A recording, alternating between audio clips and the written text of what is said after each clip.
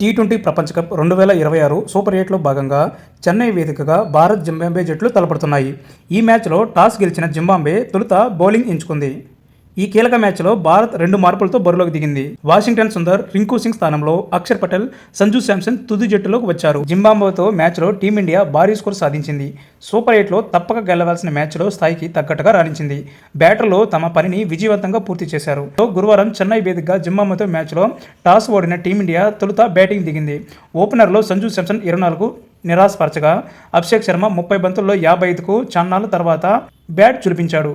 అభి అర్ధశతకంతో రాణించగా, వన్డౌన్లో వచ్చిన ఇషాన్ కిషన్ 24 బంతుల్లో 38 పరుగులతో పర్వాలేదనిపించాడు. కెప్టెన్ సూర్యకుమార్ యాదవ్ 13 బంతుల్లో 33 మెరిపించగా, ఆఖర్లో హార్దిక్ పాండ్యా, తిలక్ వర్మ దంచుకొట్టారు.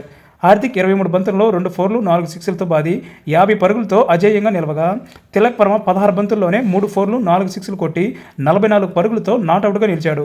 హార్దిక్ 6తో ఇన్నింగ్స్ ముగించగా, నిర్ణీత 20 ఓవర్లలో 4 వికెట్లు నష్టపోయి 256 పరుగులు సాధించింది.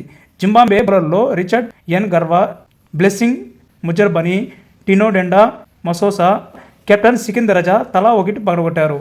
కాగా టీ20 ప్రపంచ కప్ చరిత్రలో టీమిండియాకు ఇదే అత్యధిక స్కోర్ కావడం విశేషం.